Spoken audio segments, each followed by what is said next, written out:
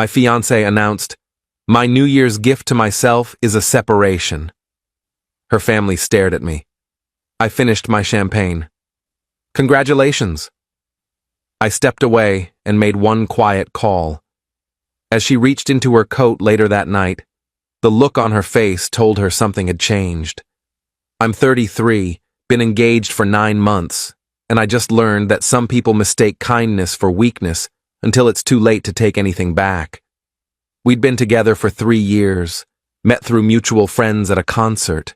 She was charming, ambitious, the kind of person who lit up a room. I proposed last March at the restaurant where we had our first date. She posted it everywhere, cried happy tears, called her mother immediately from the table. The wedding was set for next May. We'd put deposits down on everything: venue, catering, photographer, band. Her parents insisted on paying for most of it. Traditional family. They wanted their daughter to have the perfect day. Things started changing around October. She became distant, less affectionate, more critical. I'd make dinner and she'd point out what I did wrong. I'd plan a date and she'd find reasons it wasn't good enough. Small things at first, then bigger. "You're not ambitious enough." What does that mean? "You're comfortable. You don't push yourself." "I have a stable career. We're planning a future. What else do you want?" "I don't know. More. More." That word started appearing in every conversation. She wanted more excitement, more success, more everything. I couldn't figure out what had changed. We'd been happy, or I thought we had. 2 weeks before New Year's, I found out she'd been talking to someone from her gym, a guy who owned his own business. Real estate developer, made good money, drove an expensive car. She mentioned him casually at first. "There's this guy at the gym who's been giving me career advice." "That's nice." "Yeah. He's really successful. Built his company from nothing." "Good for him." She started going to the gym more, 5 times a week, then 6. She'd come home energized, talking about her workouts, about the people she met there, about him. I asked her directly, "Are you interested in this guy?" "What? No, he's just a friend. You're being paranoid."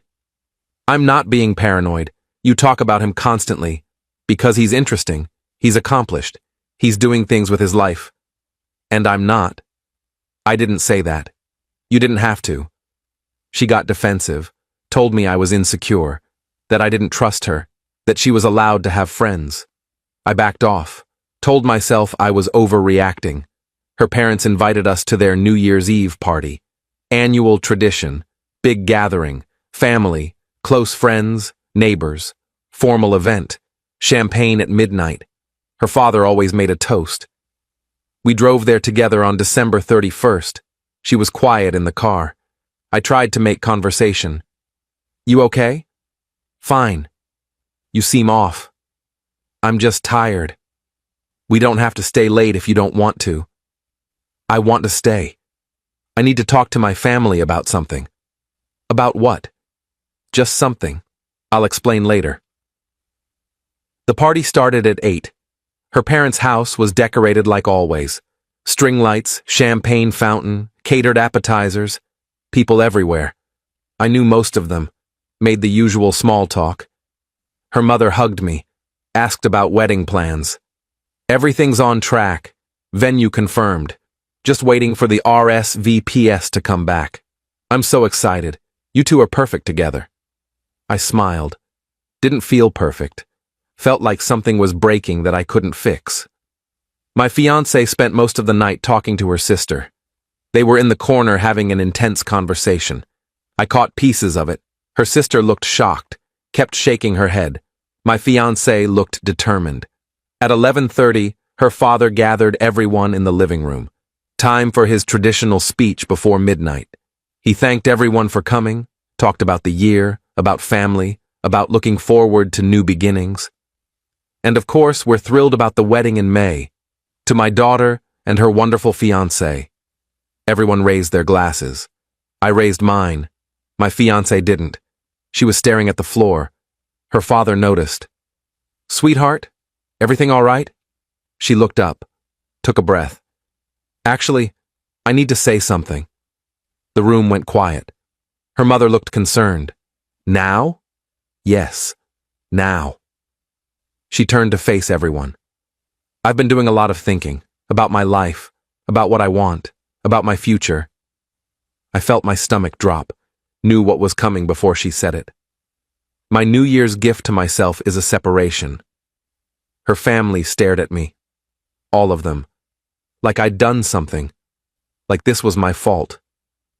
I stood there holding my champagne, feeling 30 pairs of eyes on me.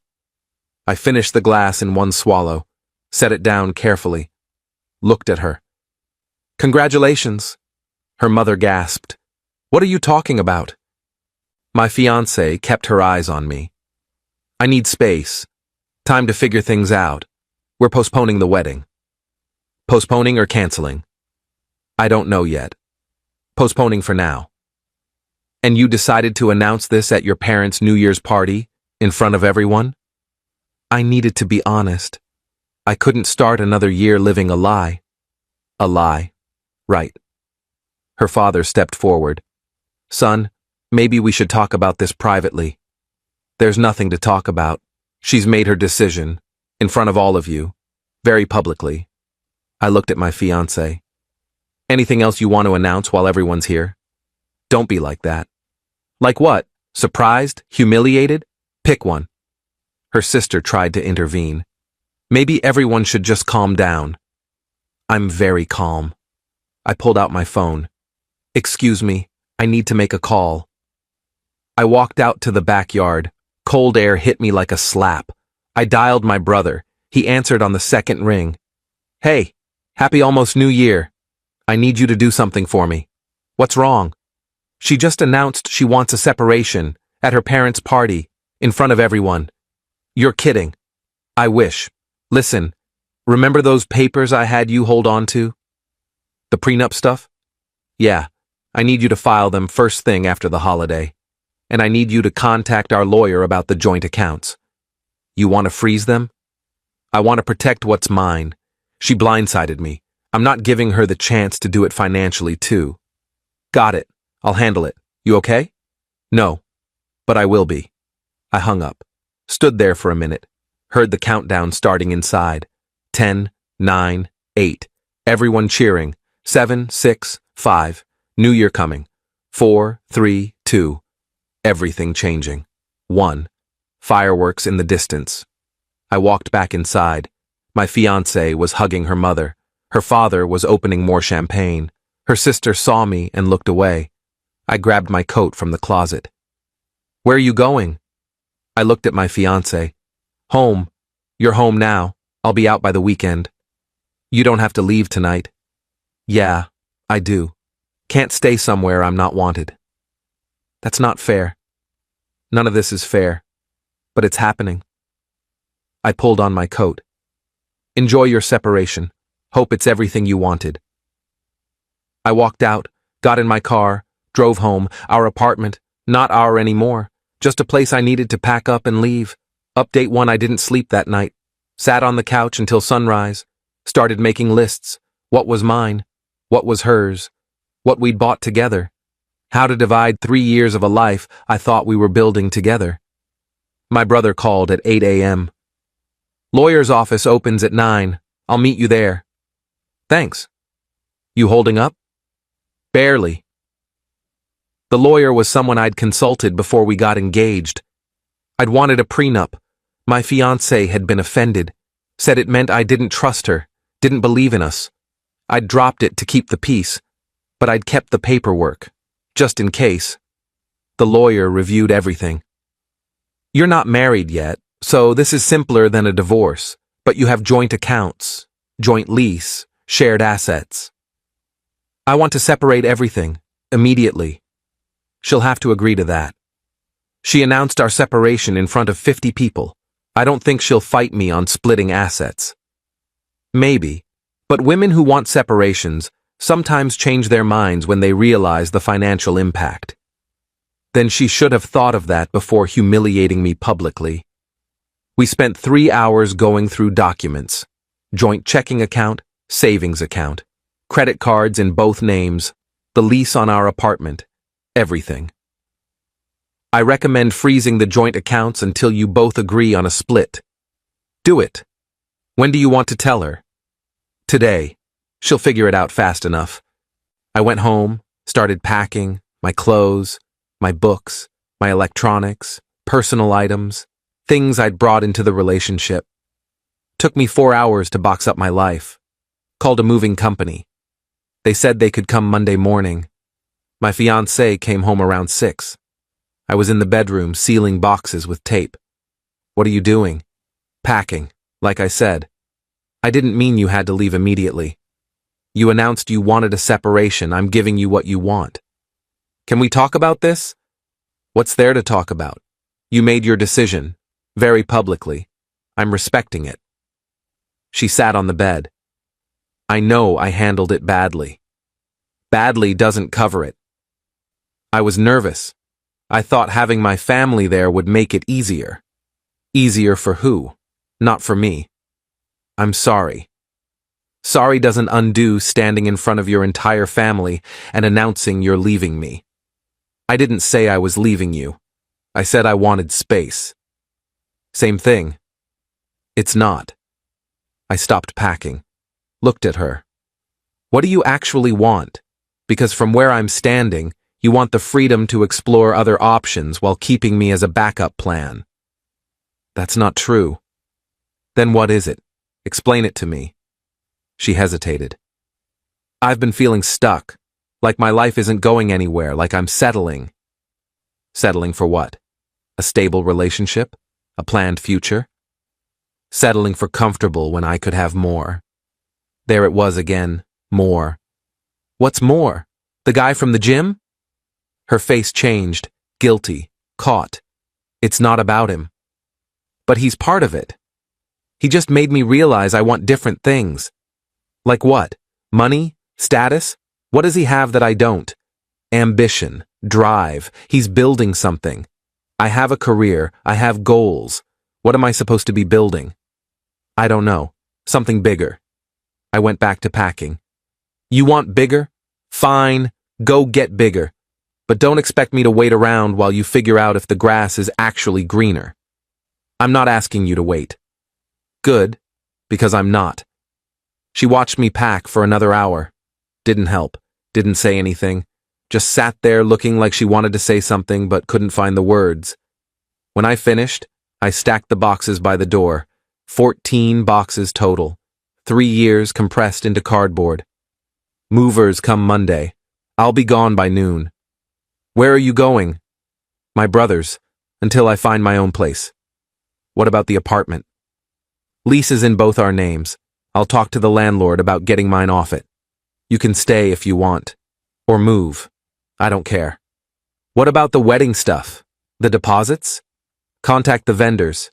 Cancel or postpone. I don't care which. Just leave me out of it. She started crying. I didn't want it to be like this. Then you shouldn't have announced a separation at a New Year's party. I grabbed my overnight bag, headed for the door. Wait, can you at least stay tonight so we can talk? No, there's nothing left to talk about. You wanted space. This is space. I left. Drove to my brother's house. He had the guest room ready, beer in the fridge. Didn't ask questions. Just let me be angry and hurt in peace. Update 2 Monday morning, the movers came at 9. My fiancée wasn't there. She'd left early. Probably couldn't watch me move out. The movers were efficient. Everything packed into the truck in 2 hours. I walked through the empty apartment one last time. Spaces on the walls where pictures had been. Empty closet. Bare bathroom counter. Like I'd never been there. I left my keys on the kitchen counter. Closed the door. Done. My brother helped me unpack at his place, set up the guest room, stack boxes in the garage, try to figure out what came next. You going to be okay? Eventually. What about the accounts? Lawyers handling it. Should be frozen by end of day. She's going to be pissed when she finds out. Probably. Don't care. She called that afternoon. I was expecting it. Didn't answer. She called again. Then again. Left voicemails. What did you do to our accounts? I can't access anything. Call me back. This is serious. You can't just freeze everything without telling me. I texted back, lawyer advised protecting joint assets during separation. If you want to discuss splitting them, have your lawyer contact mine. She called immediately. I answered this time. You froze our accounts? Our lawyer did. Standard procedure during a separation. You didn't even tell me. You didn't tell me you were announcing a separation at your parents' party. Guess we're even. This is different. No, it's not. You made a unilateral decision about our relationship. I made a unilateral decision about our finances. Same thing. I need access to that money. Then work with the lawyers to divide it fairly. Pretty simple. You're being vindictive. I'm being protective. Big difference. I can't believe you're doing this. I can't believe you announced you wanted a separation in front of 50 people. But here we are. She hung up, called back 10 minutes later. Calmer. Can we please talk about this like adults? I thought that's what we were doing. No, you're punishing me. I'm protecting myself. You wanted space. You got it. But that doesn't mean you get unlimited access to joint funds while you figure out your life. What am I supposed to do for money? You have a job. Use your paycheck. That's not enough. Then get a better job. Or ask the gym guy. He's so successful and ambitious. Maybe he can help. Silence. Then, this is really what you want? What I wanted was a partnership, a marriage, a future. You're the one who decided that wasn't enough. So yeah, this is what I want now. Protection, distance, clarity. Fine. My lawyer will contact yours. She hung up, didn't call back. Update 3. Her parents called on Wednesday. Her father. I debated not answering. Decided to get it over with. Hello? Son, we need to talk. I'm not your son, not anymore. Fair enough, but we still need to talk. Can you come by the house? Why? Because my daughter is upset and confused and I'm trying to understand what happened. What happened is she publicly humiliated me and now there are consequences. That's what happened. There's more to it than that. Is there? From where I'm standing, she announced a separation in front of everyone. I moved out like she wanted and now she's upset that I protected myself financially. What am I missing? Her perspective. I don't care about her perspective. She didn't care about mine when she blindsided me at your party. That's fair. But will you at least come talk to us? Her mother's upset. We're trying to help. I sighed. Fine. When? Tonight? 7? I'll be there. I showed up at 6:55. Her mother answered the door, looked like she'd been crying. Thank you for coming. Sure. They led me to the living room. Same room where she'd announced the separation 5 days ago. Felt like a lifetime. Her father poured coffee. Her mother sat wringing her hands. I stayed standing. Where's your daughter? At her sister's. We wanted to talk to you first. About? Her mother spoke. About what really happened. About why she said what she said. She told me why. She wants more, bigger, better, ambitious. I'm apparently not enough. That's not what she told us. Then what did she tell you? Her father leaned forward. She told us she's been having doubts for months. That she loves you, but she's not sure she's in love with you. That she met someone who made her question everything. The gym guy. Yes. But she says nothing physical happened. Just emotional, much better. Her mother flinched. She made a mistake. She realizes that now. Now, after I moved out. After I protected our accounts. After facing actual consequences. Now, she realizes. She's young. She panicked. She's 31. That's not young. That's old enough to know you don't humiliate your fiancé in front of your entire family because you're having doubts. Her father nodded slowly. You're right. What she did was wrong. We told her that. Good. Glad we agree. But she's our daughter. We love her. We want to help her fix this. There's nothing to fix. She made her choice. What if she wants to undo it? I looked at them both. Then she should have thought about that before she did it. You don't get to blow up someone's life and then act surprised when they don't stick around to help you clean up the mess. Her mother started crying. Please, just talk to her. Hear her out. Why? So she can tell me she made a mistake? So she can promise she's sorry? So she can ask for another chance? Yes, exactly that. No. Why not? Because even if I believed her, which I don't, I'd never be able to trust her again. Every time she was late coming home, I'd wonder if she was with him. Every time she went to the gym, I'd wonder if she was meeting him. Every time she seemed distant, I'd wonder if she was having doubts again. That's not a marriage. That's a prison. Her father rubbed his face. So that's it? 3 years and you're just done? 3 years and she's the one who decided to be done. I'm just respecting her decision. I stood up. Thanks for the coffee, but I need to go. Her mother followed me to the door. Please reconsider. She loves you. Maybe. But not enough. And I'm done being someone's backup plan while they figure out if they can do better. I left. Drove back to my brother's. Felt hollow. Not angry anymore. Just empty. Update 4. Friday morning, my fiancée showed up at my brother's house, 8 a.m. I was having coffee when the doorbell rang. My brother answered. She's here. Tell her to leave. I think you should talk to her. I don't. Just 5 minutes. Then I'll make her leave if you want. I sighed. Went to the door. She was standing there looking exhausted, eyes red, wearing sweatpants and my old college hoodie. Can we talk? You have 5 minutes. Can I come in? No. Say what you need to say.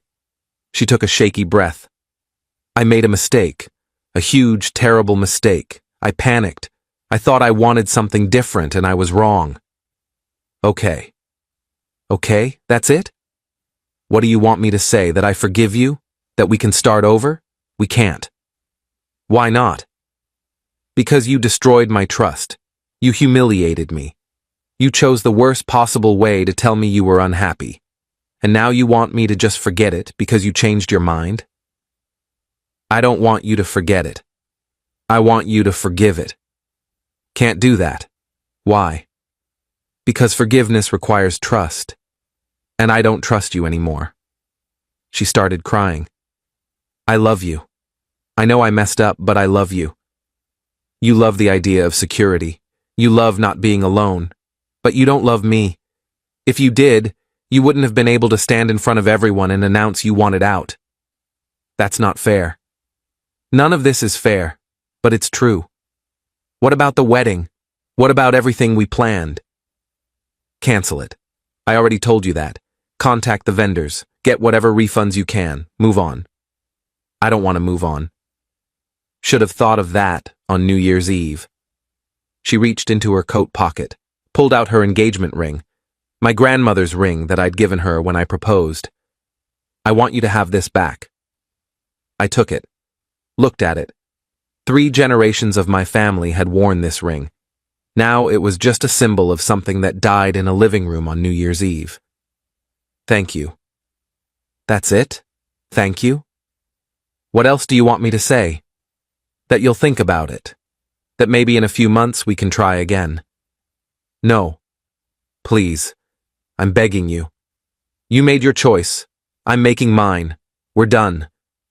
She stood there for another minute, crying, waiting for me to change my mind. I didn't. Finally, she turned and walked to her car, drove away. I went back inside. My brother was in the kitchen. That was rough. Yeah. You okay? I will be. I looked at the ring in my hand. My grandmother's ring. She'd worn it for 50 years. My mother had worn it for 30. My fiancé had worn it for 9 months. I put it in a box, locked it away. Maybe someday I'd give it to someone who actually meant it when they said yes. Final update. It's been 3 months. The wedding is officially canceled. Lost about $15,000 in deposits. Split it with her parents. They insisted on paying their share even though I told them they didn't have to. Her mother sent me a card last week, apologizing, saying they missed me, saying they'd always considered me family. I didn't respond. Not because I'm angry, just because there's nothing to say. My ex-fiancé tried to reach out twice. Once through her sister, once through a mutual friend, both times asking if I'd be willing to talk. Both times I said no. I found out through friends that she and the gym guy dated for about a month after we split. Turns out he wasn't as interested once she was actually available. He was the kind of guy who liked the chase. Once there was no challenge, he lost interest. She's apparently miserable. Her sister told my brother, who told me. She regrets everything. Wishes she could take it back. Knows she destroyed the best thing in her life. Part of me feels bad for her. Small part. The rest of me remembers standing in that living room surrounded by her family while she announced she was leaving me. Remembers packing up 3 years of my life into 14 boxes. Remembers sleeping on my brother's couch because I didn't have anywhere else to go. I'm in my own apartment now. Small place. 1 bedroom. But it's mine. No shared accounts. No joint lease. No wondering if the person I'm building a life with is going to decide it's not enough. I'm not dating. Not ready. Maybe not for a while. But I'm okay with that. The ring is still in its box. Maybe I'll pass it to my brother if he ever proposes to his girlfriend. Or maybe I'll save it for a niece or nephew someday. Either way, it won't go to someone who thinks love is a backup plan. My quiet call that New Year's night protected me. Not just financially, emotionally. It was the moment I decided I was worth more than being someone's safety net while they looked for something better. She reached into her coat that night weeks later and pulled out a ring she no longer had the right to wear. The look on her face told her something had changed. But it wasn't the ring or the accounts or the apartment. It was me. I'd changed. Finally learned that the worst thing you can do is let someone treat you like an option while you treat them like a priority.